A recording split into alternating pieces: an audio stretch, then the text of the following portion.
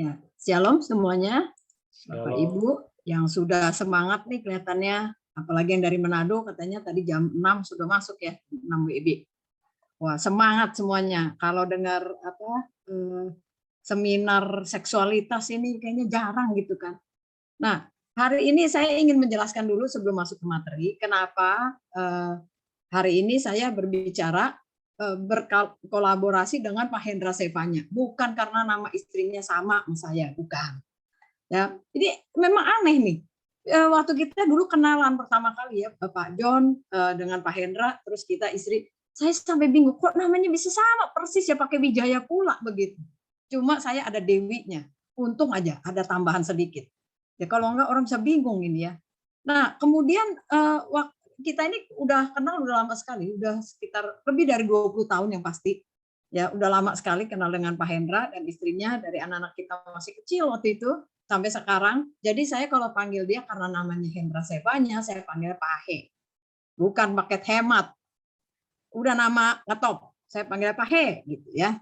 Nah, karena udah jadi teman kita sama-sama. Saya jelaskan dulu kenapa saya ajak Pak Hendra untuk berbicara di hari ini, seminar ini. Karena ada yang bertanya, kok nggak dengan Pak John? Saya udah izin sama Pak John, tuh ada suami saya di situ. Kita sendiri-sendiri, tapi jauh di mata, dekat di hati. Suami saya ini orangnya serius, ya. Kemudian kalau saudara mau tanya soal apa gereja, teologi gitu ya, soal pemuritan gitu, boleh tuh ya, tanya sama suami saya. Oh dia seneng tuh, ya, karena itu bagiannya gitu.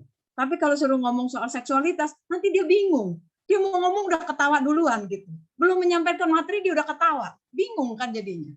Jadi saya bilang Pak Hendra aja yang nyampein, karena ini banyak pria-pria, banyak gembala-gembala pula, nanti Pak Hendra yang sampaikan. Dan Pak Hendra ini pakarnya di pria sejati. Jadi dia tahu dan dia punya contoh yang sangat banyak. Karena camp ini sudah begitu banyak diadakan. Jadi Pak Hendra ini sudah punya contoh banyak sekali tentang pria-pria.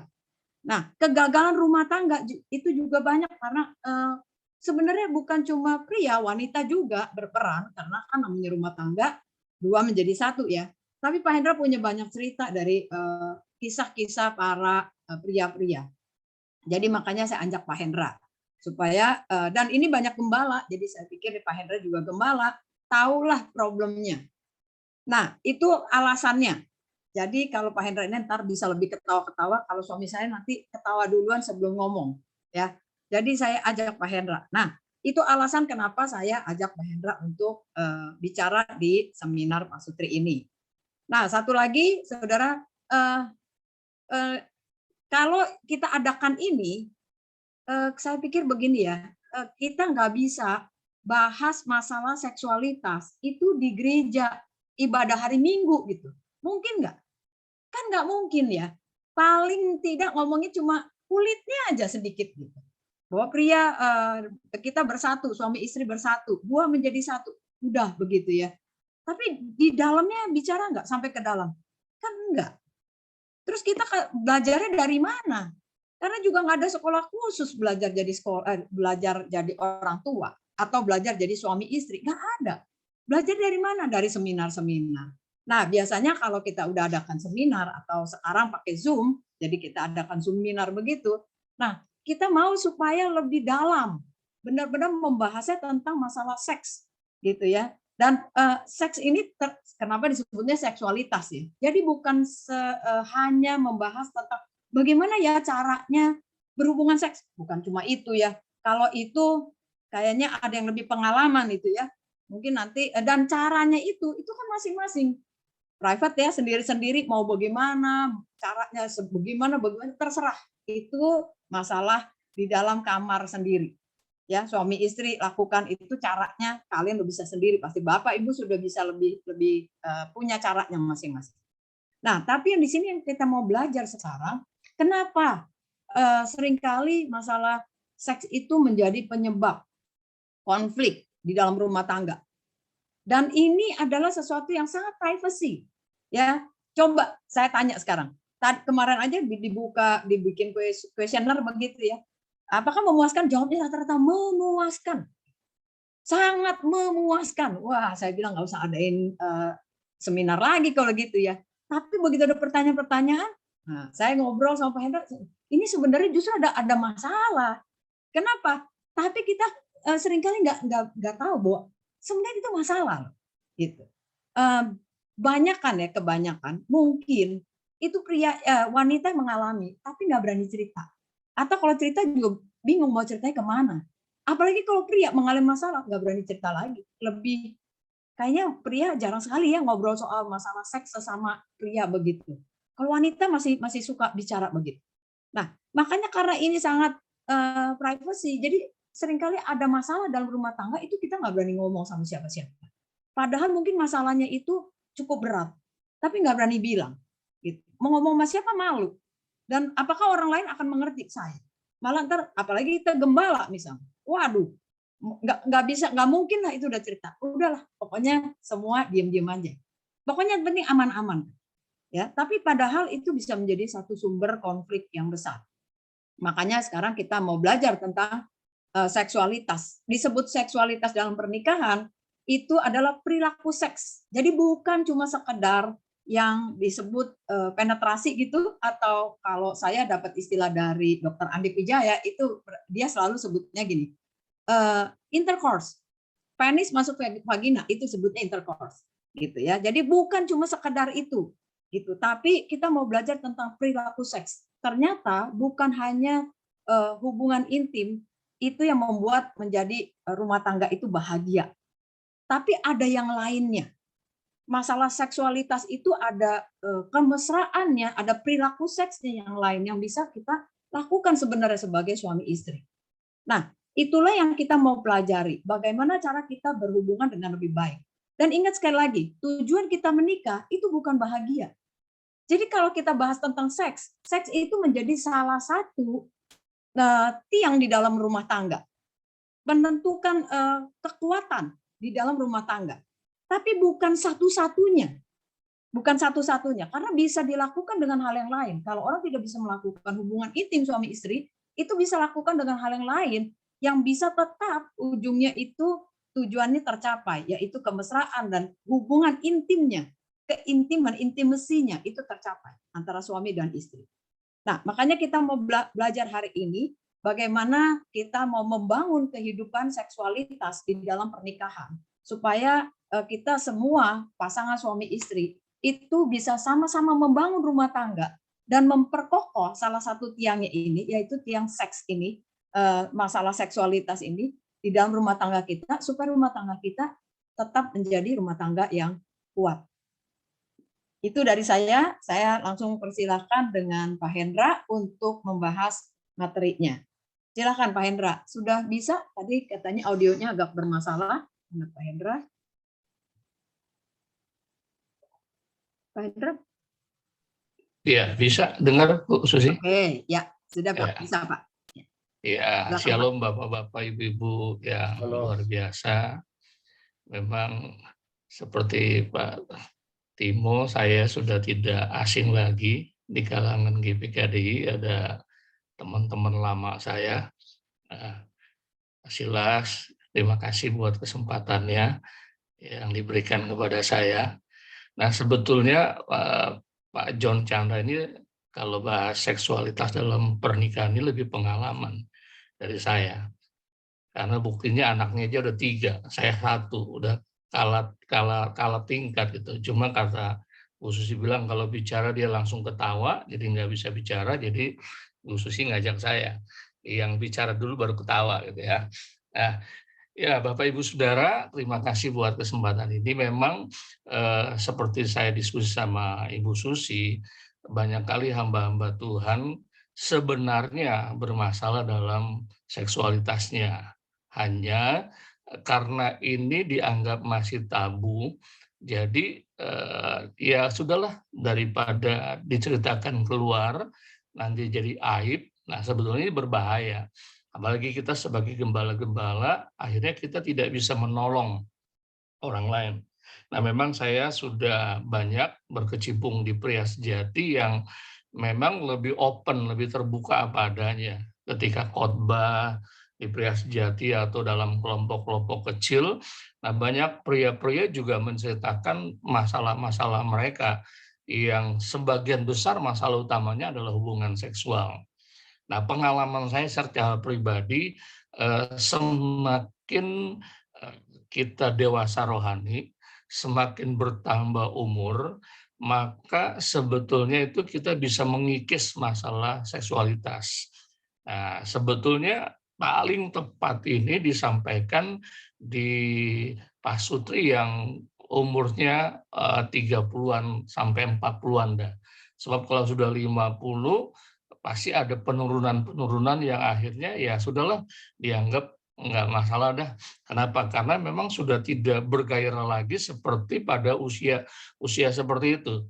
Nah, sebelum kita bahas permasalahannya nanti dengan tanya jawab, izinkan saya sampaikan dulu secara teori ya seksualitas dalam pernikahan. Apakah saya boleh izinkan share gitu supaya bisa saya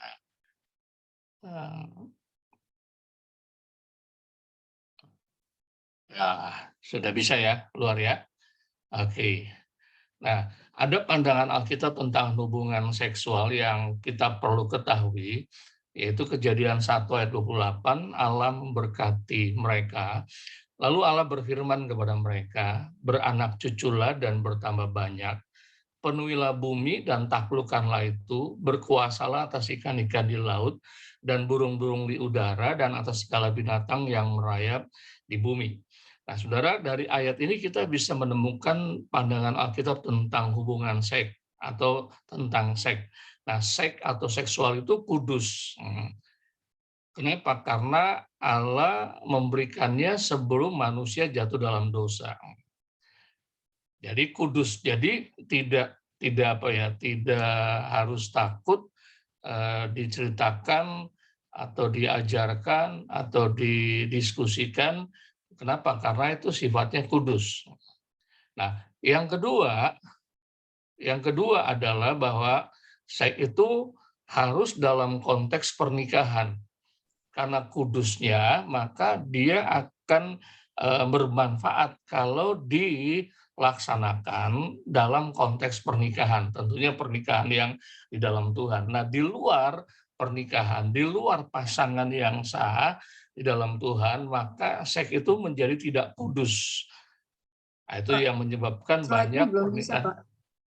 Halo? Slide-nya, Pak, nggak jalan. Slide-nya tidak jalan. Saya stop dulu ya. Ya, mungkin bisa dibantu. Atau bisa dibantu, bisa.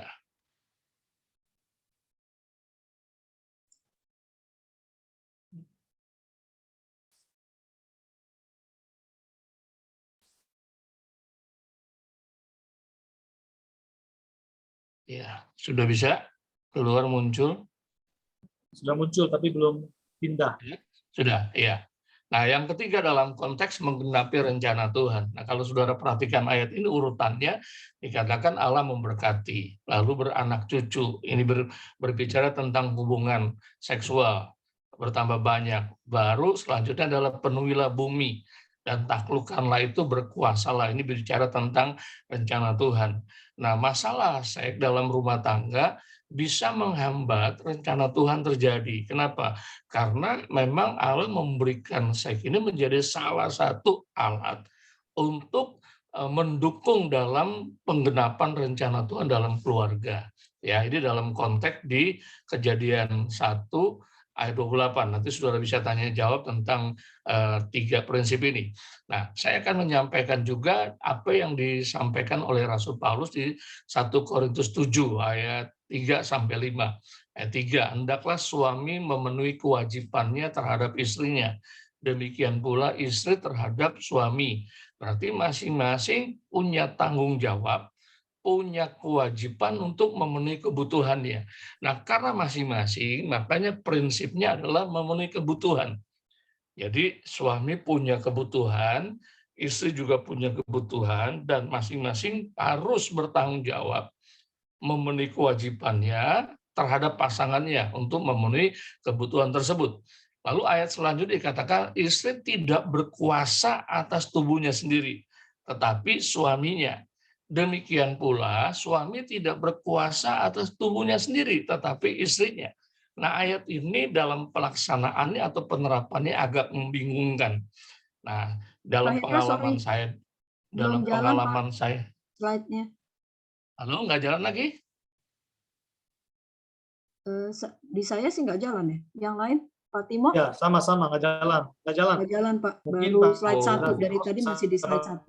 Coba Pak, Oh. diklik bagian itunya Pak, aktifkan pengeditan.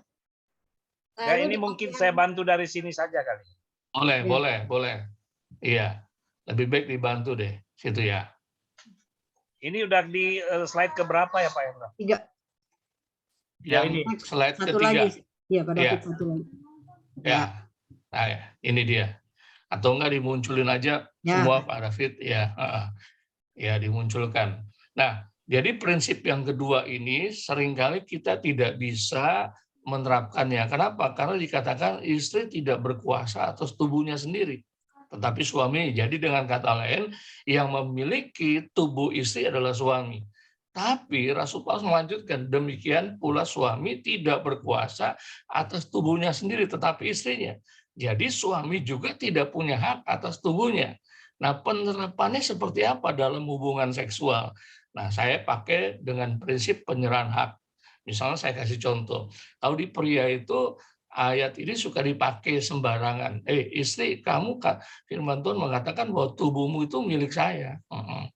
Jadi saya bisa pakai untuk memuaskan seks saya, atau kapan saja saya mau berhubungan seks, kamu nggak bisa nolak. Kenapa? Karena tubuhmu milik saya, kata si sang suami. Padahal ayat kalimat selanjutnya dikatakan bahwa suami sendiri tidak punya hak atas tubuhnya. Jadi ceritanya begini, kalau misalnya seorang suami mengajak hubungan intim sama istrinya, lalu istrinya dengan alasan yang banyak dia nggak mau, saya nggak mau. Lalu suami mengutip, ingat loh firman Tuhan bilang tubuhmu milik saya, kamu nggak punya hak atas tubuhmu, jadi silakan buka pakaianmu dan saya buka pakaian saya mau menikmati hubungan intim. Ingat bahwa tubuhmu adalah milik saya, kata si sang suami ini. Jadi si istri buka baju, lalu si suaminya juga buka baju. Nah, lalu si istrinya tidak mau kalah. Tunggu, sebelum kamu lakukan hubungan intim sama saya juga mau pakai firman Tuhan. Firman Tuhan bilang, tubuhmu juga bukan milik kamu, tubuhmu milik saya. Jadi saya bisa perintahkan tubuhmu untuk pakai pakaiannya lagi. Nah, saudara, dengan begitu akhirnya ribut satu dengan yang lain. Kenapa? Karena ayat ini kan sepertinya kan masing-masing nggak punya hak untuk mempertahankan tubuhnya. Nah, Rasul Paulus maksudnya begini, maksudnya adalah melakukan hubungan seks ini, jalan atau tidak jalannya, selalu disertai dengan prinsip penyerahan hak. Jadi kalau si sang suami mau melakukan hubungan seks sama istrinya dan istrinya tidak mau dengan alasan yang nanti kita bahas dengan alasan yang benar tentunya, maka si sang suami yang punya hak atas tubuh istrinya, dia menyerahkan hak miliknya itu, hak kepemilikannya kepada istrinya. Walaupun firman Tuhan bilang bahwa tubuhmu adalah milik saya, tapi karena saya mau menyerahkan hak saya menjadi milikmu kembali dan kamu berhak menentukan mau atau tidak mau melayani. Nah, jadi prinsip yang kedua adalah penyerahan hak. Nah, lalu yang ketiga dikatakan janganlah kamu saling menjauhi kecuali dengan persetujuan bersama untuk sementara waktu supaya kamu mendapat kesempatan untuk berdoa.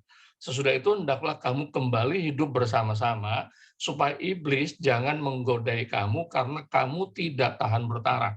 Jadi prinsip yang ketiga adalah prinsip kesepakatan atau persetujuan. Nah, ini yang menurut saya juga menjadi salah satu titik kritis dalam hubungan suami istri. Kenapa? Karena banyak kali konflik-konflik rumah tangga berkaitan dengan hubungan seksual itu karena tidak dibangunnya kesepakatan, tidak dibangunnya persetujuan.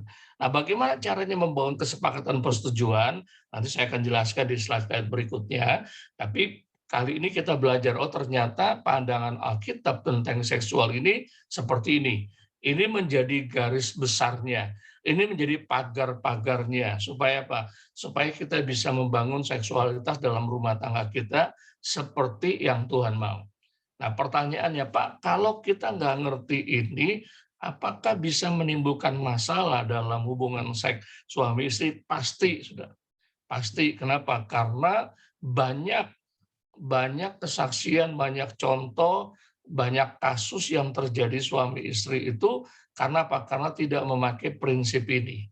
Nah, tentunya kalau kita bahas masalah dalam hubungan seks, ada banyak. Tapi kali ini kita mau bahas hanya 2 saja. Yang pertama adalah masalah, silakan slide berikutnya, masalah dalam hubungan seks yang nanti saya minta Ibu Susi akan menyampaikan, yaitu perbedaan pandangan pria dan wanita tentang seks. Perbedaan pandangan pria dan wanita tentang seks. Silakan Ibu Susi mau sampaikan lebih dulu, silakan. Saya sampaikan yang wanita ya, karena ini nanti Pak Hendra contohin, kasih yang contoh buat yang pria. Nah, kalau wanita, ini sangat penting perbedaan ini kita harus mengerti, kita harus pahami. Supaya masing-masing bisa melihat dari kacamatanya pasangan kita gitu ya. Karena kalau wanita itu biasanya kalau mau melakukan hubungan seks itu dipicu dengan perasaan. Artinya sangat dipengaruhi dengan perasaannya, dengan pikirannya, dengan kenangannya. Arti perasaan di hatinya itu dia lagi senang atau enggak? Dia lagi marah kah? Atau dia mungkin ada lagi nggak tenang? Mungkin anaknya sakit. Nah, kalau anaknya sakit, mungkin buat pria nggak apa-apa, bisa lakukan terus. Tapi ibu itu susah sekali. Ini nggak tenang, dia mau melakukan juga nggak bisa. Biasanya begitu. Nah, saya bahas dulu semua ya. Coba dibuka aja. Kemudian kalau wanita itu seringkali melakukannya itu, nah ini, sukanya pelan-pelan, lebih sulit untuk orgasme, artinya dia tidak bisa terburu-buru. Nah, kalau wanita itu biasanya suka dengan ketenangan. Misalnya gini, udah masuk di kamar nih, udah di tempat tidur, dia masih bilang, pintu udah dikunci belum?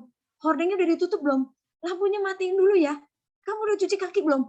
Semua kayaknya maunya supaya tenang, aman, nyaman, udah nikmat, gak ada apa-apa, baru bisa melakukannya. Kalau pria kan gak gitu.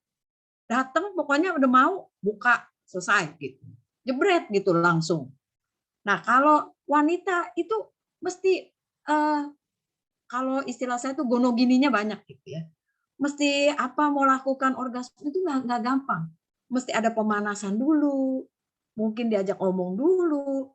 Dan ini biasanya lakukannya itu kan disebutnya kalau wanita itu seks 1 hari. Kalau pria itu seks sesaat, cepat sekali. Tapi kalau wanita itu 1 harian. Dari pagi sampai ke sore, sampai ke malam, itu harus dijaga hatinya. Kalau udah dari pagi dia senang, dia padahal pikir, nanti ya malam ya, aduh saya mau menikmati sama suami saya berdua. Udah senang, udah nungguin. Bahkan kadang-kadang ya, itu wanita tuh udah siap-siap loh. Dia ke salon dulu, dia wangi-wangi dulu. Kalau udah mulai wangi-wangi, itu udah tanda itu sebenarnya. Bapak-bapak harus udah ngerti. Udah diwangi-wangiin, itu udah tanda. Tapi kadang-kadang udah ditungguin, nggak mau lagi.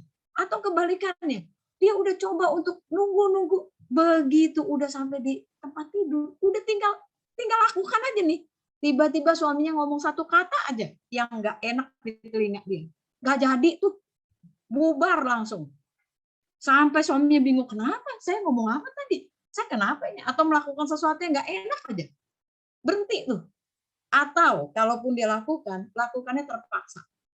Udah kayak kedebuk pisang katanya. Nih gua, terserah lu mau apain. Udah, selesai? Udah, bubar. Nah, udah cuma begitu aja. Jadi nikmat nggak? Nggak nikmat juga. Makanya dia lebih sulit berorgasmenya kalau wanita.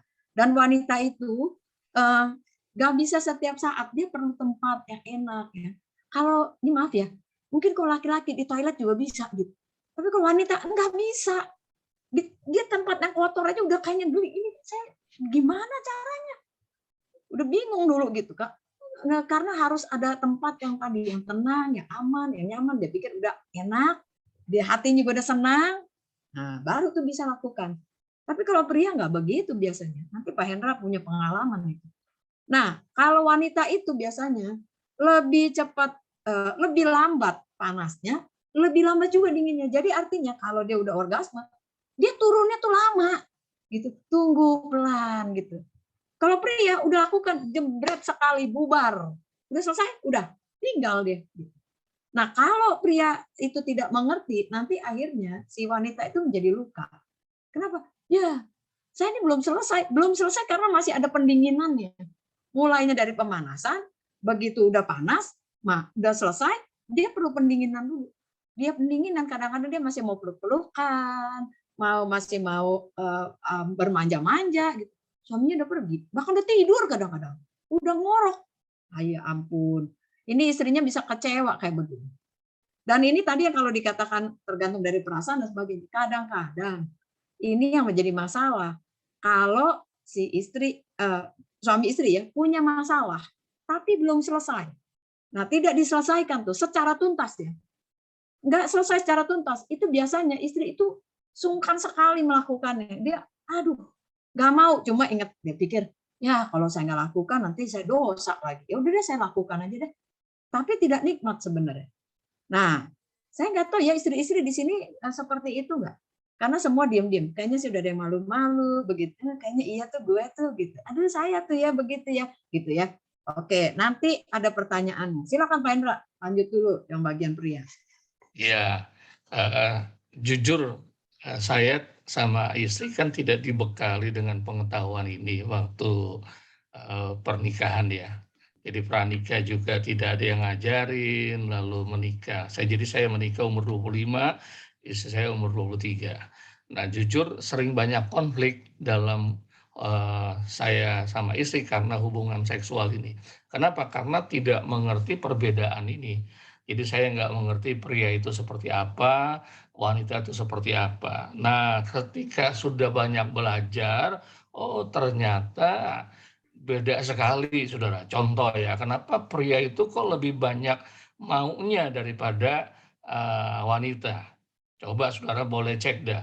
Yang paling banyak ngajak hubungan intim pasti pria, jarang wanita, jarang. Ya kalau ada pria seperti itu mungkin agak sedikit error kali ya.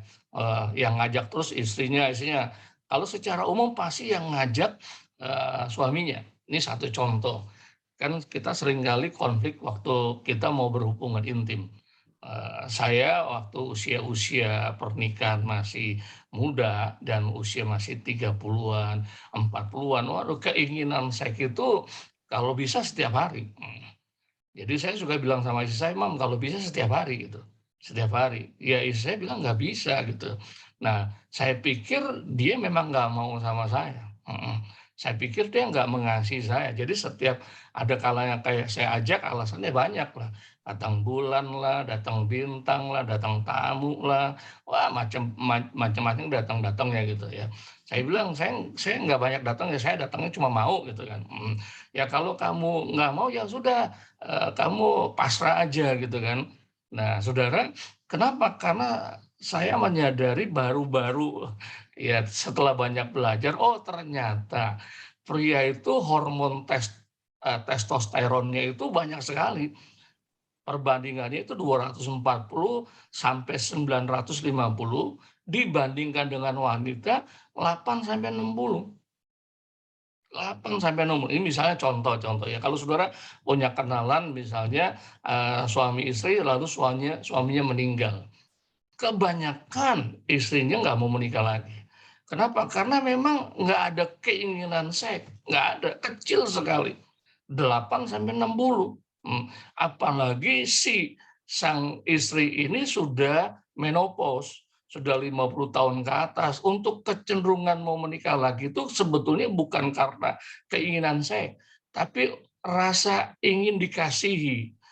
Ada teman ngobrol gitu. Tapi coba pria coba deh. Kalau 2 tahun ditinggal sama istrinya, pasti dia menikah lagi. Nah, alasannya banyak, tapi bukan itu alasannya kenapa? Karena mau menyalurkan kebutuhan seksnya. Karena testosteronnya itu masih tinggi sekali. Masih tinggi sekali. Nah, saudara, di pengalaman saya sama istri saya, nah istri saya ada di samping saya. Waktu itu saya belum ngerti ya. Saya waktu itu kontrak rumah, satu kamar ya terdiri dari temboknya batu bata ya di semen lalu kayu gitu. Nah, satu kali teman saya seorang hamba Tuhan datang nginep di rumah. Nah, karena kami nggak punya kamar, jadi tidurnya di ruang tamu, di ruang tamu. Ruang tamu. Saya masih ingat. Nah, teman saya ini nginep lumayan, bisa 4 hari gitu kan ya. Nah, dalam 4 hari itu kan saya ada kebutuhan untuk berhubungan seks. Jadi satu malam saya ajak istri saya untuk berhubungan seks. Nggak mau. Loh, apa alasannya? Nggak enak ada tamu. Saya bilang kan tamunya di ruang tamu, bukan di kamar kita. Masa nggak enak? Nah, kalau tamunya di kamar kita baru nggak enak. Ya di ruang tamu, iya aku nggak bisa. Oh, ternyata saya baru ngerti, saudara. Ternyata istri itu menikmati hubungan seks itu juga tergantung pada tempat. Kalau tempatnya nggak nyaman, tempatnya ya pokoknya mengganggu privasi dia, saudara pasti dia akan nolak, saudara. Bukan karena nggak mau, karena iya tempat tersebut. Nah, saudara kan pria itu kan kapan saja kan, karena dia dipengaruhi oleh fisik. Nah, dipengaruhi oleh fisik. Saya pernah tanya sama peserta pria, bapak-bapak, kalau bapak-bapak lihat laki-laki yang kancing bajunya terbuka satu, pandangan bapak-bapak apa? Pikiran bapak-bapak apa? Ada yang bilang, wah kurang ajar banget tuh, belagu banget tuh, kancingnya dibuka segala dan sebagainya. Lalu saya tanya lagi, kalau bapak-bapak lihat wanita kancing bajunya satu terbuka, apa yang ada dalam pikiran bapak-bapak? Ada yang bilang, kenapa satu kancing, nggak dua kancing ya katanya. Ada yang bilang gambarnya apa ya, warnanya apa ya. Nah, itu pria dipicu sama masalah fisik. Tapi wanita enggak, saudara. Wanita enggak. Coba aja, saudara. Coba, saudara. Ini suami istri ya, karena ini suami istri ya. Kalau suami habis mandi nih enggak, ya misalnya ya anak-anak lagi di luar rumah tinggal berdua, suami mandi, handuknya terlepas, telanjang bulat masuk kamar, pasti istri sudah cepet-cepet, ayo cepet pakai baju atau mana anduknya gitu ya.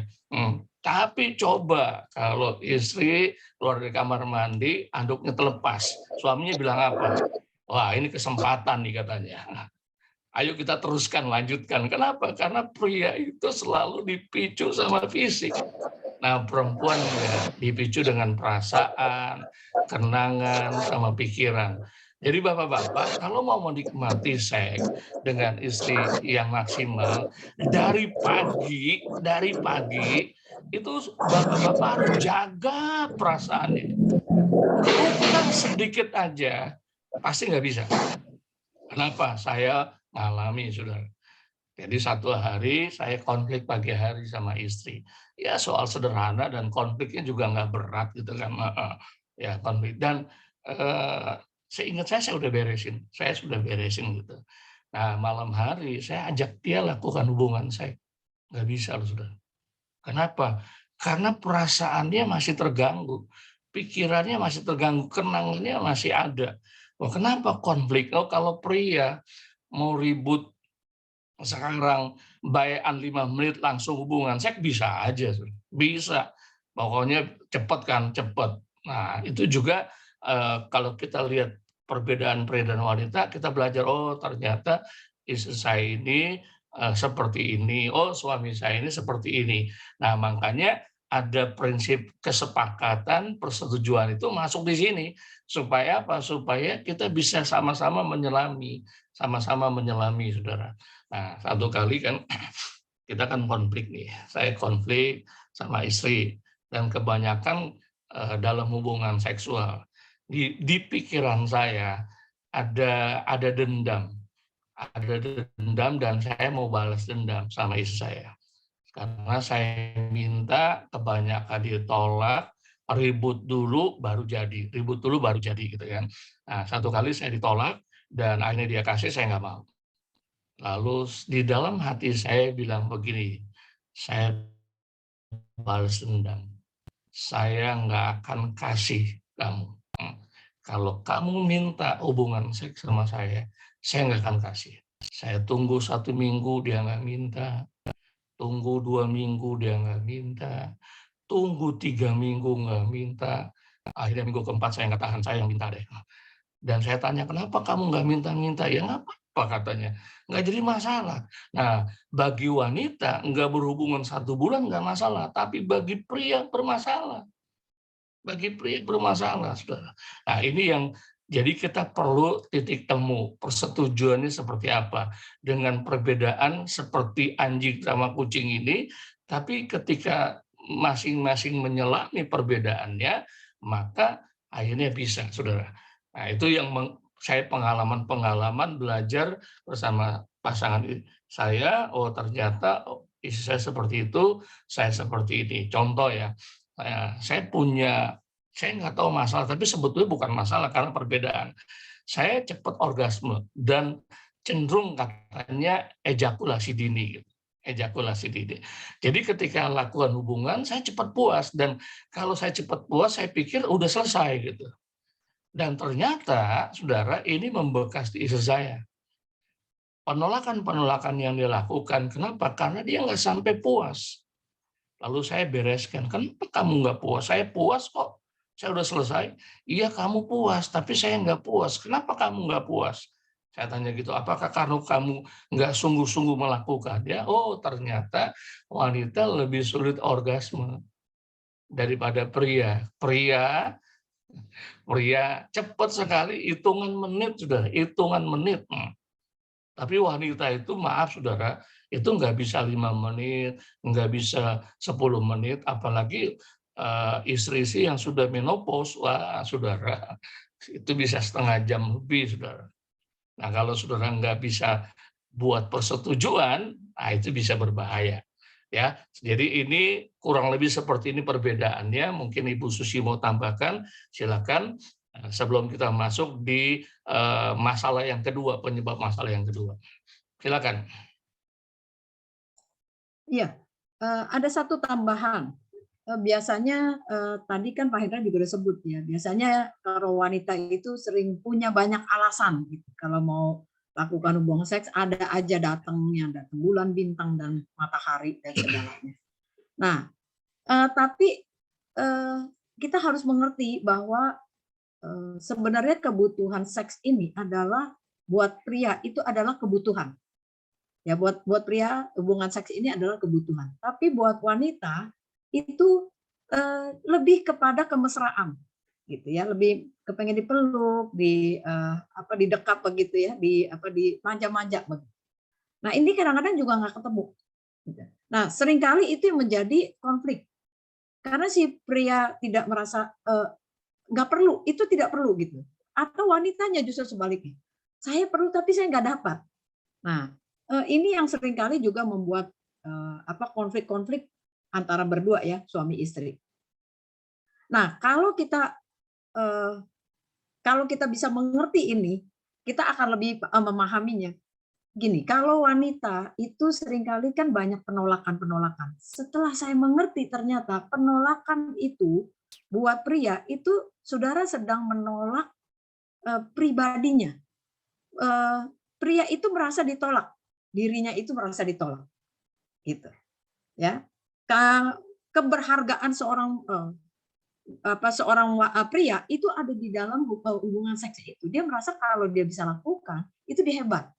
Gitu. Tapi kalau begitu dia mau lakukan ditolak, soalnya dia merasa kayak ditolak terus. Kamu menolak saya. Nah, jadi makanya para istri harus mengerti kenapa kita seringkali boleh nggak kita menolak? Boleh nggak? Nanti ada di pertanyaan karena ada yang bertanya itu. Ya, boleh nggak kita menolak? Oke, next Pak Hendra. Saya lanjutkan sedikit lagi ya tentang alasan yang kedua terjadi masalah hubungan seksual dalam hubungan suami istri itu dipicu oleh ketidakpengertian tentang dimensi yang terlibat. Silakan boleh ditampilkan slide-nya. Ya, yang kelima, betul, yang kelima. Nah, ini dia, silakan diperbesar boleh.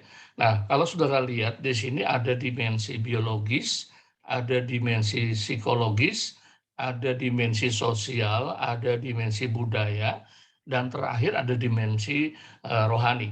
Nah, dimensi biologis itu berbicara tentang organ reproduksi dan alat kelamin, termasuk juga menjaga kesehatan dan memfungsikan secara optimal organ reproduksi dan dorongan seksual. Nah, saudara, kenapa bisa jadi bermasalah? Karena banyak kali juga pasangan-pasangan tidak menjaga alat kelaminnya atau alat vitalnya dengan benar. Nah, kenapa? Karena ini juga mempengaruhi biologis. Nah, biologis juga bicara tentang kesehatan fisik. Nah, biologis juga bicara tentang misalnya contoh penyegaran hawa mulut kita gitu. Nah, pasangan kita bisa tidak bergairah ketika kita cium, padahal maaf misalnya mulut kita bau itu mungkin karena bekas makanan dan sebagainya, dan sebelum mulai tidak gosok gigi, dan itu juga lama-lama kelamaan bisa membuat pasangan kita juga jadi jadi enggan melakukannya.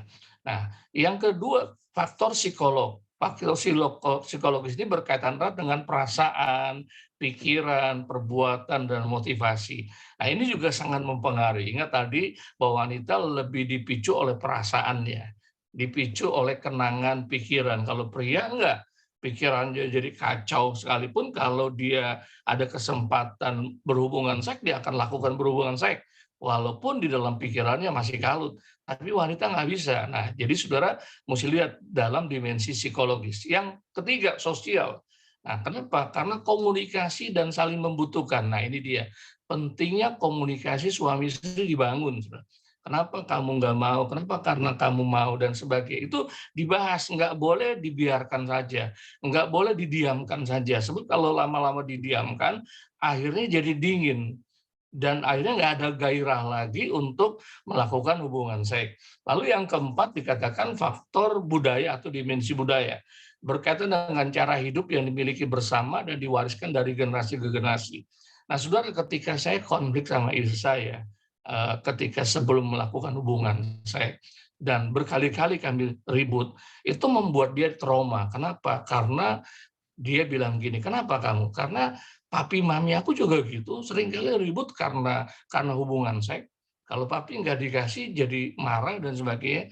Kamu persis sama kayak papi aku dan sebagainya. Nah, saudara, ternyata warisan orang tua kita sedikit banyak mempengaruhi hubungan seksual kita. Bagaimana mereka harmonis atau tidak harmonis, itu akan menentukan hubungan seks kita bersama pasangan kita. Nah, yang terakhir, faktor atau dimensi yang kelima adalah rohani. Silakan Pak David munculkan rohani. Nah, nggak muncul ya. Oke, sorry. Balik lagi ke gambar tadi. Oke ya. Nah, sekarang saya masuk, sebelum kita masuk ke tanya jawab. Nah, saudara, pria dan wanita ini punya unsur yang sama. Makhluk roh yang memiliki jiwa dan tinggal di dalam tubuh. Kalau kesatuan tubuh, udah nggak usah ditanya. Seks itu membuat kesatuan tubuh dengan pasangan. Jangankan dengan pasangan, misalnya seseorang melakukan berzinahan, sebetulnya sudah dia menjadi satu daging dengan selingkuhannya tersebut. Makanya orang yang selingkuh itu agak sulit memutuskannya. Kenapa? Karena sudah jadi satu daging. Ya. Nah, yang masalahnya, saudara, firman Tuhan bilang gini, sebab itu seorang laki-laki akan meninggalkan ayahnya dan ibunya dan bersatu dengan istrinya, sehingga keduanya menjadi satu daging. Keduanya menjadi satu tubuh. Tidak ada kesatuan jiwa, tidak ada kesatuan roh. Jadi kalau suami istri membangun hubungan seksualnya hanya berdasarkan kesatuan daging atau tubuh saja, maka pasti bermasalah. Pasti bermasalah.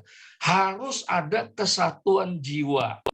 Nah, disinilah peran diskusi nih, sosial, berkomunikasi, saling cerita satu dengan yang lain, menanggapi. Nah, seringkali kan banyak suami istri kan tidak dilatih diskusi.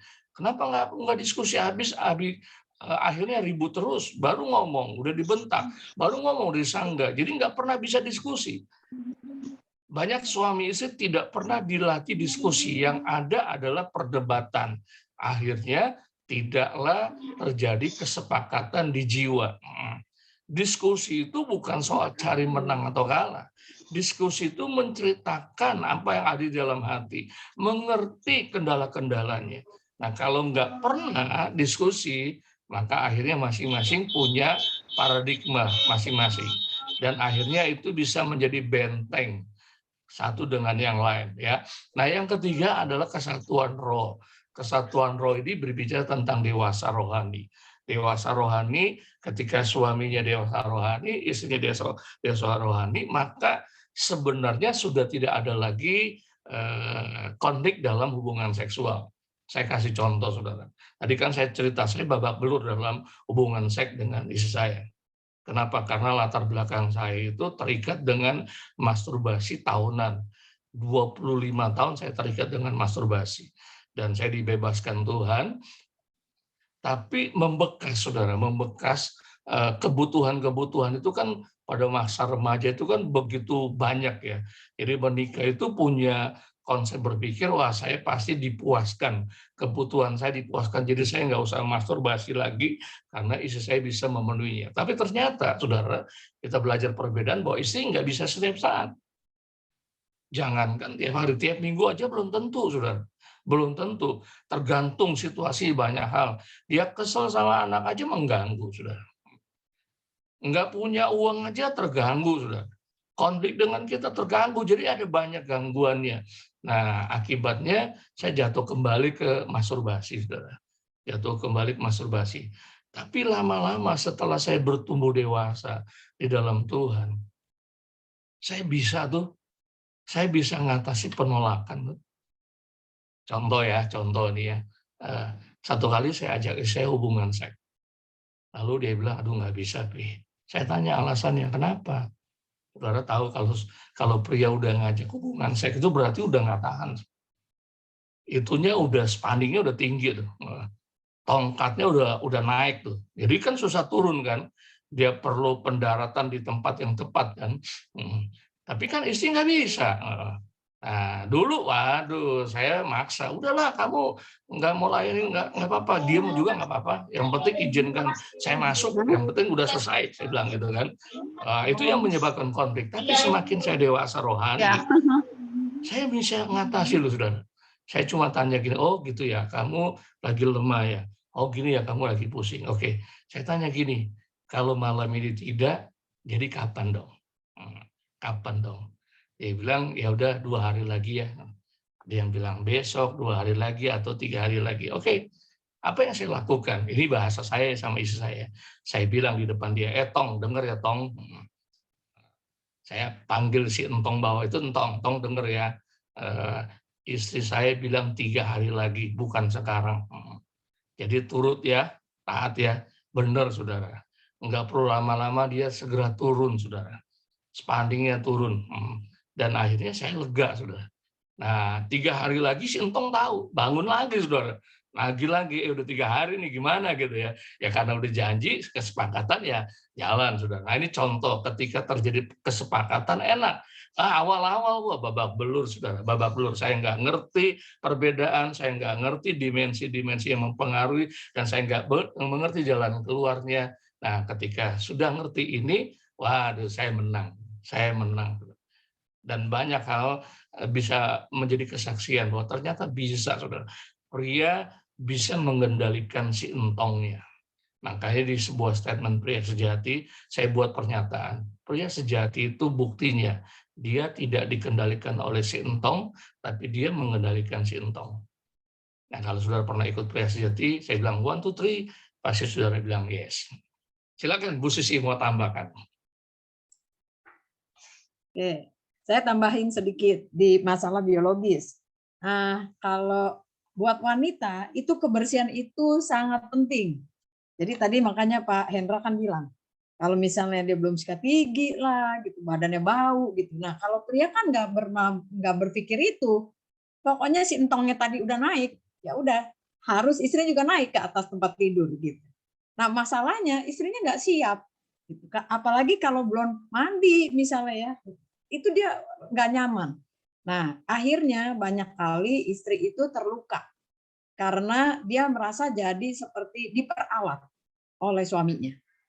Saya cuma kalau kamu udah butuh saya ya, kamu datang sama saya. Udah selesai, selesai ditinggal lagi, gitu ya, nggak ditanya apa-apa, ditinggalin begitu aja. Nah itu seringkali menimbulkan luka-luka. Saya setuju tadi ada kalau secara biologis itu berarti si istri ini saya bicara kepada wanita. Para istri harus juga belajar untuk berpenampilan menarik. Gitu. Jadi jangan karena sudah usianya lanjut atau karena anak ngurusin anak tidak henti-hentinya, kemudian nggak ada lagi itu jaga diri gitu ya. Misalnya harus ya paling tidak tadi ya bersih, rapi, kemudian menariklah buat suaminya. Kalau perlu katanya beli itu suami-suami beliin lagi ya apa ya beli yang baju yang tipis itu yang dipakai kalau malam dipakai. Nah, itu pinter ya. Beli ya, kalau nggak bisa beli, minta suaminya beliin gitu. Supaya dipakai sebelum melakukan hubungan seks. Jadi itu lebih menarik kenyataannya begitu ya. Jangan-jangan nanti suami saya juga ikut beli ini. Jangan lupa saya pesan satu ya. Nah, kemudian faktor kesehatan barangkali ada yang mungkin sakit ya, kekurangan darah kah atau tekanan darahnya kah dan sebagainya. Kalau memang itu berlanjut terus-menerus, nggak ada salahnya kita konsultasi ke dokter, datang ke dokter, tanya ya, mungkin ada perlu dikasih sesuatu atau saudara cek kesehatan. Saya rasa perlu ya, apalagi kalau yang usianya sudah mulai masuk ke 40 dan selanjutnya. Gitu. Jadi belajar untuk lebih perhatikan kesehatan tubuh kita sendiri.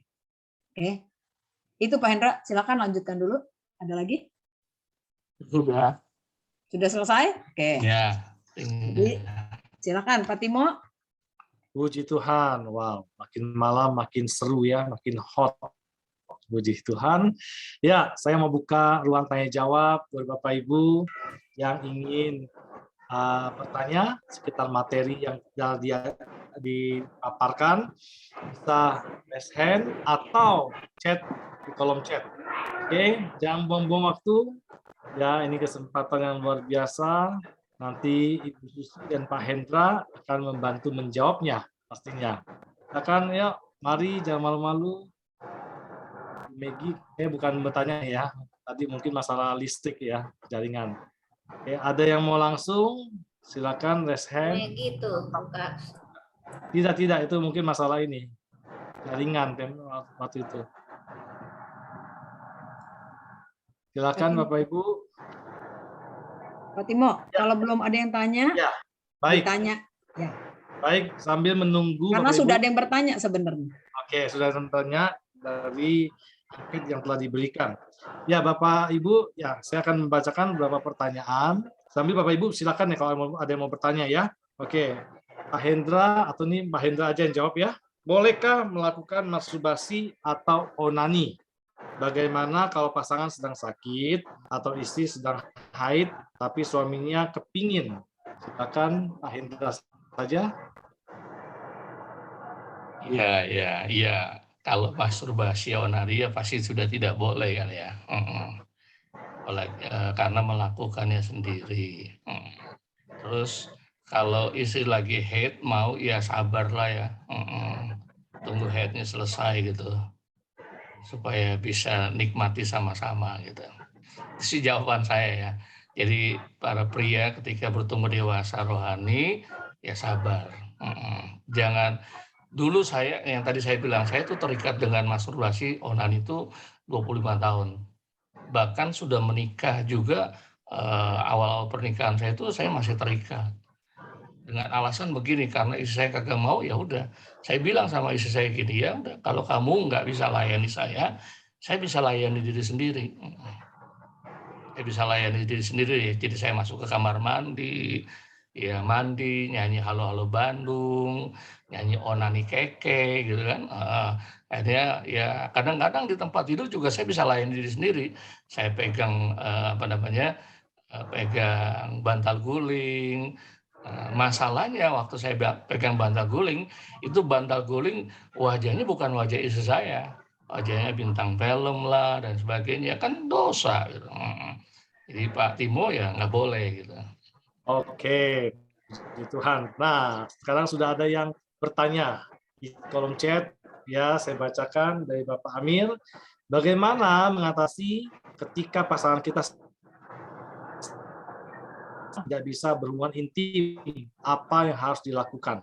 Ya, silakan Ibu Susi atau Pak Hendra.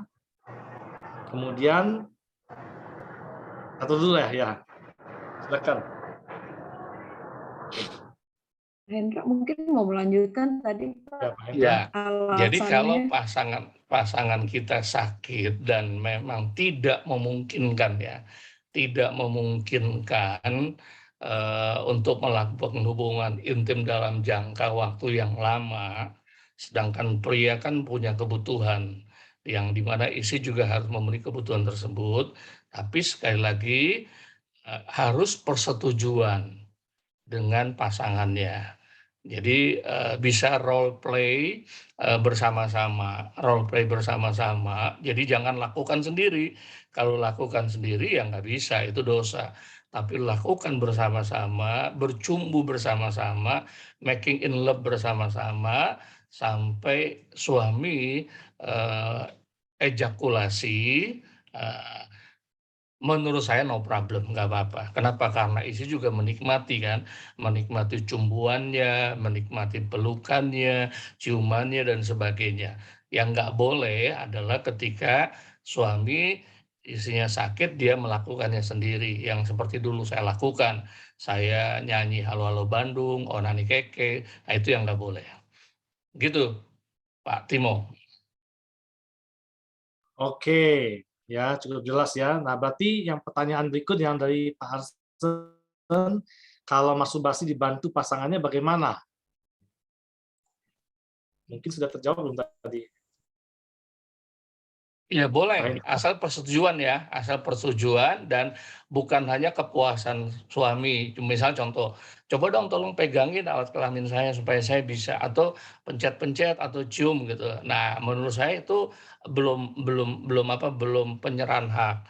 Harusnya menikmati sama-sama. Walaupun istri nggak bisa berhubungan intim gitu kan. Tapi dengan belayan, dengan pelukan, dengan kasih sayang, walaupun istri tidak menikmati secara full, dia sudah puas. Kenapa? Karena dia bisa memuaskan suaminya dan dia juga bisa menikmati keintiman kasih sayang dari suaminya. Itu Pak Timo. Oke, ya kesimpulannya harus dikomunikasikan, kesepakatan bersama, persetujuan bersama ya, dan menikmati bersama-sama. Ya. Itu kalau istrinya atau pasangannya bisa melakukan kayak gitu, kalau memang sakit parah gitu loh, sampai parah benar-benar nggak bisa melakukan gitu kan, itu gimana itu? Contoh lah, dia mungkin udah parah banget lah sakitnya kan. Iya, yang pertama saya jawabnya kan enggak lah ya. Kalau Tuhan izinkan gitu pasti ada jalan keluar dari Tuhan. Karena ini kan case. Nah, case ini tidak bisa jadi sebuah prinsip kebenaran. Kalau istri saya sakit parah dan nggak bisa diajak ini dan sebagainya gitu ya. Ini kan kalau gitu. Kalau seandainya terjadi, kan belum terjadi. Kalau terjadi pasti ada anugerah Tuhan buat si sang suaminya, ada jalan keluar yang Tuhan kasih. Tapi ingat baik-baik, kalau Tuhan kasih itu juga bukan jadi kebenaran mutlak. Sebab kalau jadi kebenaran mutlak, nanti bisa dipakai terhadap keadaan apapun. Istri baru sakit sedikit, wah harus gini, nggak bisa. Jadi karena ini sifatnya kalau, jadi saya bilangnya juga seperti itu. Tapi seandainya nanti kalau ada kasus seperti itu, ya Pak Amir boleh tanya saya. Pak, ini ada teman saya atau jemaat saya benar nih keadaannya seperti ini. Nah, saya pasti jawab itu. Tapi karena ini masih seandainya, jadi ya udah nanti tunggu ya kalau ada pasien seperti itu baru kita jawab.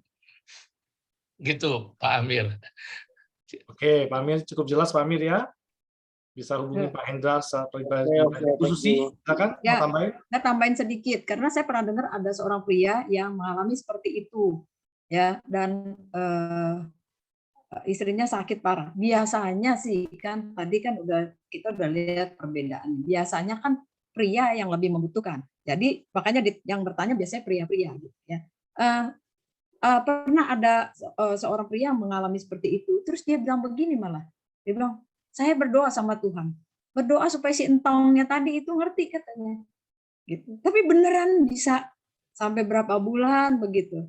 Ya, saya pikir bagus juga ya. Kan berarti ya tadi harus ada pengertian. Kemudian kenapa kita nggak coba untuk berdoa gitu. Ya istrinya juga doain, ya si suaminya juga berdoa gitu supaya katanya entongnya yang menurut. Oke, itu aja. Silakan terusin. Oke. Ya, lanjut dari Ibu Megi Manado, ini bahasa Manado ini ya. Bagaimana kalau pasangan, ya bilang Pak Fix ya, Bu Megi ya. Ya, lagi suaminya mau minta karena kecapean, tapi istrinya tidak bisa melayani, tidak ikut mau, ya tidak bisa, akhirnya suaminya marah-marah. Ibu Susi atau Pak Hendra nih? Pak Hendra. Ya, saya dulu deh. Ibu Susi, silakan. Nah, tadi kan saya bilang ya, kenapa kita nggak boleh gini. Artinya kalau wanita, istri itu usahakan tidak menolak. Usahakan tidak menolak. Nah, kalau menolak itu kan ada alasannya. Alasannya apa? Misalnya terlalu sering, setiap hari tadi ya udah pasti nggak bisa gitu, nyerahlah dia. Gitu. Nah, jadi ada kesepakatan. Jadi kalau misalnya dia harus menolak, misalnya tadi anaknya lagi sakit, atau misal orang tuanya sakit, atau siapa lagi ada masalah belum selesai, itu nggak bisa dilakukan dengan nikmat. Nah, jadi dia bilang sama suaminya harus diskusi, bisa nggak kalau nggak hari ini, besok atau lusa, tapi janjinya itu ditepati. Ya, karena kan kita udah janji gitu. Jadi usahakan tidak menolak gitu. Karena menolak rasa bahwa istri itu menolak dia, tidak menghargainya, tidak menghormatinya gitu. Nah, tapi nah ini pentingnya tadi kan ada tubuh, jiwa dan roh gitu. Jadi kita juga harus belajar untuk mendiskusikan. Nah, kenapa? Misalnya suaminya juga kenapa harus cepat-cepat gitu dalam waktu berapa hari lagi gitu. Nah, apa nggak bisa dimundurin gitu. Ya, didiskusikan supaya sampai kepada kesepakatan. Oke, saya rasa itu, Pak Timo. Cukup menjawab? Oke, baik. Ya, masih ada waktu 5 menit. Ya, silakan dari Pak Arsen. Ibu. Oke, bukan Pak Hasan, tapi saya. Iya, ibunya. Ya, silakan. Hanya menambahkan tadi kan kalau tadi yang karena sakit nggak bisa. Sebenarnya kalau misalnya para prianya, para suaminya, pasangannya itu menunjukkan kesabaran ya, seharusnya itu akan menambah satu rasa ya buat istrinya. Cintanya suami itu kepada istrinya lagi dalam keadaan sakit, si pria sabar gitu. Mungkin itu dengan perasaan itu si pasangan wanitanya akan cepat sembuh gitu. Jadi yang diperlukan kesabaran. Makasih. Oke, makasih buat tambahannya. Ya, baik, ada yang mau bertanya lagi? Silakan langsung raise hand atau saya akan bacakan lagi pertanyaan dari kuesioner angket. Ya, baik. Ya, bolehkah melakukan oral seks, Pak Hendra? Menjilat-jilat alat kelamin, memasukkan alat kelamin ke mulut, dan lain sebagainya. Silakan. Ya, kalau di dalam konteks suami istri tidak dosa. Ya, karena pertanyaan dosa atau tidak, tapi pertanyaan boleh atau tidak. Nah, boleh atau tidak itu tergantung kesepakatan suami istri. Ada yang istrinya mau, suaminya nggak mau. Ada yang suaminya mau, istrinya nggak mau. Tapi kalau dua-duanya mau bagaimana? Silakan saja, tapi perlu diperhatikan tentang higienisnya, kesehatannya. Karena tentu juga bisa menimbulkan penyakit kalau tidak dijaga dengan baik. Misalnya contoh menjilat, kemaluan dan sebagainya. Itu juga sebetulnya ya harus hati-hati, bukan boleh atau tidak boleh ya. Pertama kesepakatan, lalu yang kedua kebersihannya gitu. Kalau satu nggak sepakat, jangan. Korban Jadi jangan dilakukan kalau nggak sepakat. Saya pernah coba berdua mau coba lakukan itu, tapi ya nggak berkali-kali tuh rasanya enggak udah. Emangnya Tuhan nggak bisa berikan kenikmatan secara ya sederhana ini atau yang normal-normal aja, ternyata bisa. Tapi ada juga yang memang pakai oral seks ya silakan asal bukan pemaksaan ya. Dan harus prinsipnya adalah saling melayani, saling memuaskan, saling memberi, bukan hanya untuk kepuasan diri sendiri. Itu Timo. Ya, baik. Terima kasih. Ya, ada pertanyaan lagi. Masih ada 1 menit, 2 menit lagi. Ya, dari Ibu Meti ya. Seandainya salah satu dari Pak Sutri suka oral dan pasangan menolak karena alasan tidak kudus.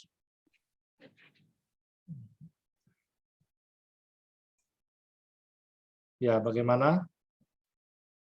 Menurut Bapak, Ya. Pak Hendra. Ya, ini bicara bukan soal kudus atau tidak kudus. Kenapa? Karena dalam konteks pernikahan yang sah, kudus. Tubuhnya suami milik istri, tubuhnya istri milik suami. Jadi ditolaknya bukan karena kudus atau tidak kudus. Cuma penolakan itu kadang-kadang dipengaruhi oleh budaya. Kayaknya bukan budaya kita deh gitu untuk melakukan oral seks. Atau saya rasanya jijik kok, masa lakukan gitu kayak hina banget sih gitu. Karena saya dengar pelacur-pelacur lakukan gitu, masa saya jadi kayak pelacur. Nah, daripada banyak pertimbangan-pertimbangan, lebih baik ya udah penyerahan hak terjadi. Misalnya sang suami yang mengajak itu, kalau terjadi keberatan istri, nah sang suami belajar menyerahkan hak. Oke, kalau gitu kita nggak lakukan itu. Nah ini saya kasih contoh pengalaman saya. Perbedaan yang saya alami ketika melakukan hubungan seks tidak berdoa sebelumnya dan berdoa sebelumnya. Itu sangat signifikan, seperti langit dan bumi. Nah, kalau kita nggak berdoa, kita biasanya terpenuhi dengan pikiran kita dengan nafsu gitu. Yang ya pokoknya kita bisa lakukan banyak hal gitu. Yang kadang-kadang hati nurani kita rasa terganggu gitu. Walaupun sebetulnya kalau sama istri ya tidak dosa gitu. Tapi ketika kita berdoa, kita melibatkan Tuhan dalam hubungan seks, berbeda, saudara. Hanya cara-cara yang sederhana, cara-cara yang biasa, itu kami berdua bisa menikmati kepuasan. Kenapa? Karena ya memang harus dimulai dengan doa. Gitu. Kalau enggak berdoa, nah waktu satu kali saya khotbah di Pria, ada yang tanya, Pak, masa sih hubungan seks perlu berdoa katanya. Sebelum hubungan seks perlu berdoa. Saya tanya, makan doa? Iya, makan harus doa. Lalu saya tanya, makan sama hubungan seks pentingan mana? Katanya, ya pentingan hubungan seks. Nah, kalau makan aja doa, apalagi hubungan seks, makanya berdoa. Kalau enggak berdoa nanti anaknya pada hitam-hitam, saya bilang gitu. Maksudnya bukan kulitnya gitu kan. Kurang lebih seperti itu. Jadi bukan soal dosa ya. Ya, tambahin ya, Pak Timo ya. Karena gini, hubungan seks itu dilakukan kan untuk berdua gitu, untuk kenikmatan berdua. Jadi harus ada kesepakatan. Kalau suaminya mau, istri nggak mau, atau sebaliknya, jangan dipaksa. Gitu. Ada dokter juga pernah menasihati gini, kalau mau berhubungan seks sama pria ya dengan usia sudah di atas 50 tahun, itu biasa kalau mau hubungan seks dengan istrinya itu suka lebih menderita. Kenapa dia rasa lebih kering? Karena udah menopause. Gitu. Jadi dokternya ini bilang, kalau rasanya kamu sakit, itu bilang. Gitu ya. Jadi cari cara bagaimana suami itu menolongin istrinya.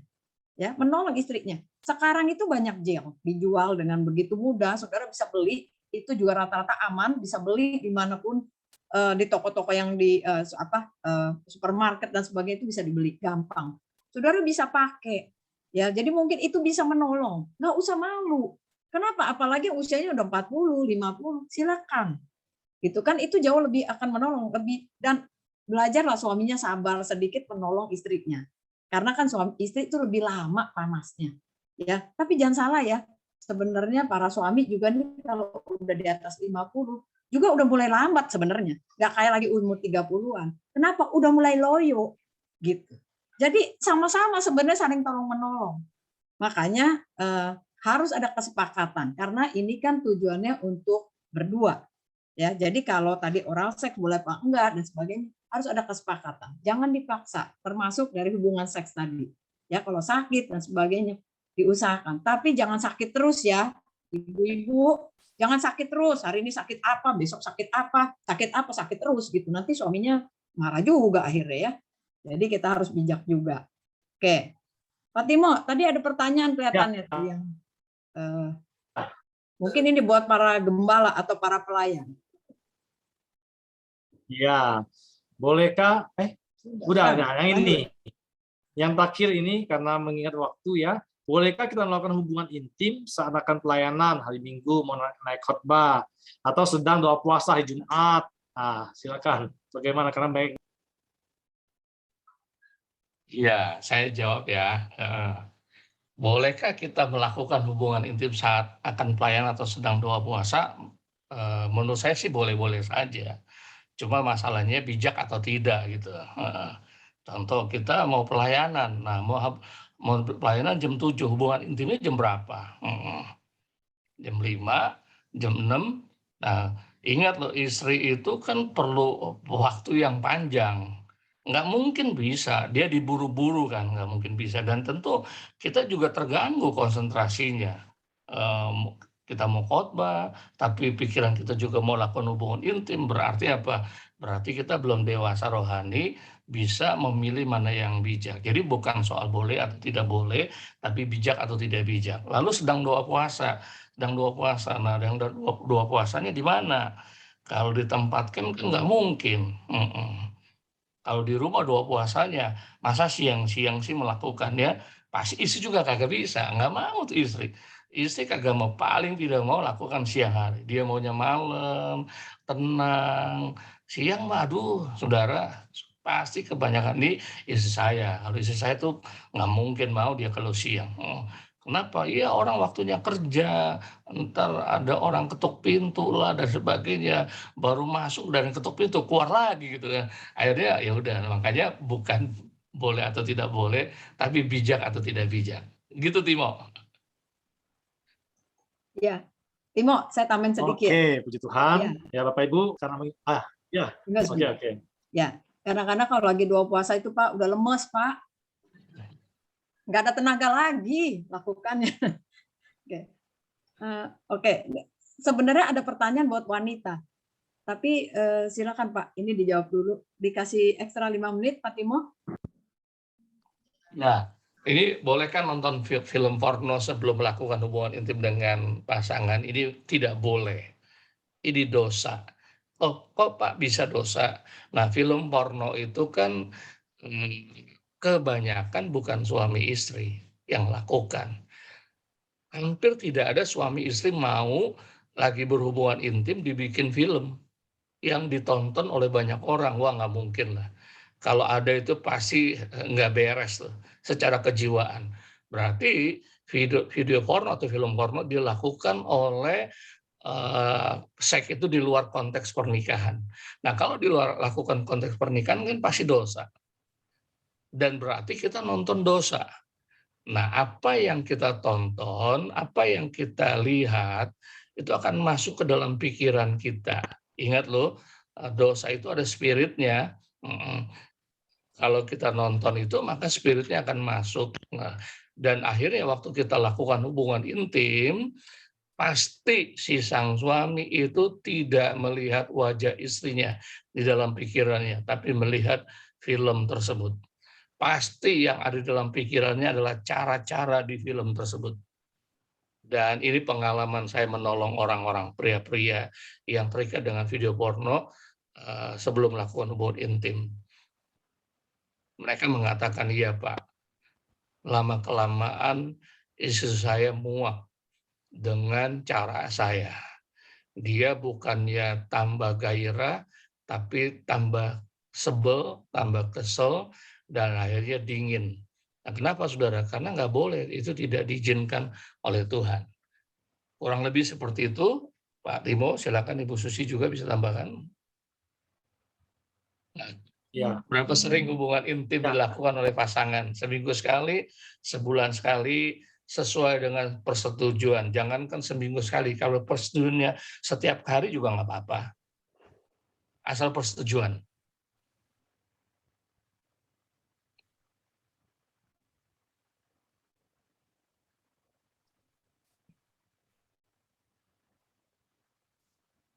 ya, halo. Ya, Di unmute, Ci. Ibu Susi, di unmute. Kelewat, Pak Timo, mundur 2. Bukan saya yang share ini. Ada Sorry, David. Pak David. Ya. Ada pertanyaan begini. Ini, mengapa istri suka merasa jadi pelacur bagi suaminya? Karena istri-istri itu pernah bertanya kepada saya, kenapa sih kok saya kalau hubungan seks gitu, nanti udahnya saya merasa kayak jadi pelacur gitu. Atau kalau apalagi kalau dia lagi kesel, lagi marah sama suami gitu. Ya udahlah, saya lakukan aja lah, kayak jadi pelacur aja. Bahkan ada orang yang menasehati ke saya, udah pokoknya kalau kamu suami mau, kamu kasih aja kapan aja, anggap aja kamu tuh jadi pelacur. Saya jadi berpikir, kenapa begitu ya?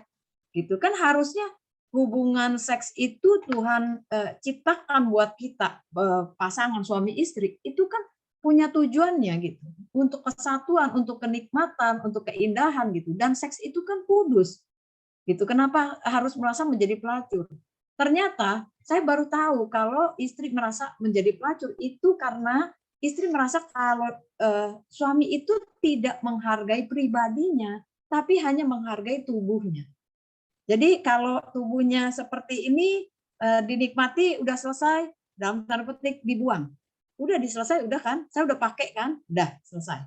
Yang penting saya udah keluar semuanya, saya udah bebas, saya udah lega. Udah nggak mau tahu istrinya seperti apa. Nah, itulah sebabnya istri menjadi terluka karena dia merasa seperti menjadi pelacur. Jadi saya berharap para suami bisa mengerti hal ini, tapi para istri juga harus bisa bicara kalau misalnya masih ada masalah yang belum selesai, masih ada hal-hal yang mengganjal dalam pikiran atau hatinya, diselesaikan dulu. Dan tadi kita juga coba, artinya jadi istri, jadi juga mencoba memenuhi kebutuhan pasangan kita, memenuhi kebutuhan suami kita, bahwa memang kebutuhannya adalah seks ini. Jadi memang wanita itu harus mengerti bahwa kebutuhan pria itu seks, gitu ya. Nah, jadi tapi kan bisa bervariasi tadi, seminggu sekali kah, sebulan sekali, tapi bisa dibicarakan. Jangan sampai tidak sama sekali. Ya, itu tadi sudah pertanyaannya. Oke. Saya rasa sudah. Ada lagi? Ini hubungan. Tadi udah juga ya pertanyaan ini ya. Oke, sudah selesai? Itu sih. Ya. Mohon maaf. Pak Timo, rasanya udah selesai. Oke. Ini tadi sudah ya, karena terjadi konflik ini kan banyak hal ya. Tadi bisa karena ada masalah yang belum diselesaikan, mungkin ada ketidaksepakatan, ya, ada pemaksaan, gitu ya. Hal-hal yang jadi kerikil-kerikil lah artinya, itu dibersihkan dulu supaya kita bisa menikmatinya. Dan Bapak Ibu ingat bahwa seks itu kudus bila dilakukan dengan pasangan kita yang sah. Ya, jadi benar-benar itu adalah kudus yang Tuhan memang izinkan itu, Tuhan berikan itu kepada kita, dan itu hanya dilakukan dengan pasangan kita yang satu-satunya yang sah di hadapan Tuhan. Jadi makanya tadi mau pelayanan boleh nggak? Boleh aja. Gitu. Karena ada yang tanya, besok mau pelayanan. Kalau mau besok pelayanan malam ini kamu mau hubungan boleh nggak? Boleh lah, masih ada waktu. Tadi kan asal jangan mepet gitu ya. Lagi doa puasa boleh, asal lakukannya dengan pasangan kita yang sah satu-satunya di dalam Tuhan. Karena seks itu kudus. Makanya tadi Pak Hendra juga bilang kalau mau hubungan seks berdoa, iya nggak apa-apa. Karena seks itu kudus, gitu ya. Jadi dan kita ini kadang-kadang pikiran kita ini yang sudah salah, gitu. Kenapa? Karena dosa itu udah masuk. Jadi dianggap seks itu jorok, menjijikkan, tabu, nggak boleh lah dibicarakan. Kalau saudara tidak belajar dari gereja, tidak belajar yang benar dari firman Tuhan, saudara belajar seks itu dari mana? Nah, itu yang bahaya. Ya, tapi kalau kita belajar benar di dalam jalan kebenaran firman Tuhan, kita belajar benar tentang hubungan seks suami istri yang benar seperti apa, saya yakin kita akan punya pandangan yang benar dan kita melakukannya juga dengan kasih kepada pasangan kita. Itu saja dari saya. Terima kasih. Di Tuhan, mungkin kalau Pak Timo, saya serahkan. Ya, oke. Pak Tulus tadi mau bertanya, sebenarnya udah waktunya. Mau bertanya Pak Tulus? Yang terakhir ya, kalau yang Pak Tulus. Silakan. Tadi aku nggak bertanya sih, cuma melengkapi. Menurut saya karena pernikahan ini kan unik ya, setiap keluarga itu unik, jadi tidak bisa pengalaman pribadi diseberangkan kepada orang lain. Maksudnya kadang nggak cocok. Misalnya contoh berdoa tadi sebelum seks gitu. Jadi nggak semua orang bisa lakukan itu. Terus kemudian yang penting itu kan sepakat. Misalnya bagi istri saya nggak bisa tuh siang, katanya, bisanya malam. Tapi pasangan yang lain mungkin nggak ada masalah, maksud saya gitu. Jadi yang penting sepakat. Tadi saya setuju, sepakat bersama, tidak menimbulkan efek psikis ya, tidak memaksa. Nah itu menurut saya sah. Dan yang penting terakhir statement Bu Susi harus dengan istrinya yang sah. Terima kasih, itu aja. Oke, makasih Pak Tulus. Ya, baik Bapak Ibu, pertanyaan kita tutup. Ya, kita akan lanjut yang berikutnya. Oke, terima kasih banyak buat Pak Hendra dan Bu Susi untuk materi yang sudah disampaikan malam hari ini. Dan Bapak Ibu, kalau di antara Bapak Ibu, pasti kita semua ya merasa diberkati lewat materi yang sudah kita dengarkan bersama, dan Bapak Ibu ingin memberkati juga pelayanan sinode GPKDI yang ada. Bapak Ibu nantinya bisa memberikan persembahan kasih dan bisa ditransfer ke nomor rekening yang tersedia yang ada di layar Bapak Ibu di BCA 7615179558 atas nama Yulia Rosadi atau Li Ali Santoso. Seminar kita pada malam hari ini sudah selesai dan untuk itu kita akan tutup seminar ini dengan doa, dan nanti saya minta kesediaan dari Bapak Pendeta Dwi. Ya, Pak Dwi. Pak tutup. Oke, kita bersatu dalam doa. Bapa di sorga, kami mengucap syukur buat kebaikan-Mu. Kiranya pelajaran malam hari ini menyebabkan keluarga kami dan keluarga para hamba-hamba-Mu menjadi keluarga yang harmonis Bapa, dan menjadi dampak bagi keluarga-keluarga yang akan kami mentor Bapa. Terima kasih Bapa buat Susi dan Pak Hendra Bapak, biar Kau pakai urapi lebih lagi juga para panitia, Pak Timo dan istri, Engkau berkati Bapak. Di dalam nama-Mu yang kudus kami mengucap syukur. Amin.